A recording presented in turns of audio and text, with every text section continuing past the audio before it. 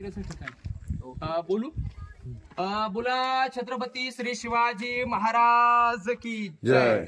आज आपण रायगडाच्या अत्यंत पवित्र जागी सगळ्यांचं आपलं आगमन झालेलं आहे. कारण की आताची लोक वर्षातून पांडुरंगाचं दर्शन करायला पंढरपुरात जातात. तसं रायगडाची एकतरी जीवनातील एकतरी वारी झाली पाहिजे. कारण की ज्यांच्यामुळे आज आपण हे दिवस बघतोय त्यांची समाधी पाहायला तुम्ही गडावरती आलेला आहात.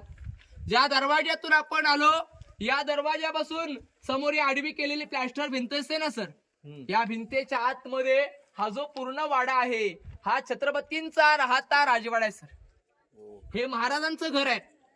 आणि या घराची जे कॉलम आहेत ना सर, हे दिसतात ना, क्या हे दिसतात ना आपल्याला दगडांच्या मधून, याच्यावरती हा वाडा 2 मजली उंच होता. 32 फुटापर्यंत याला लाकडाचं बांधकाम होतं.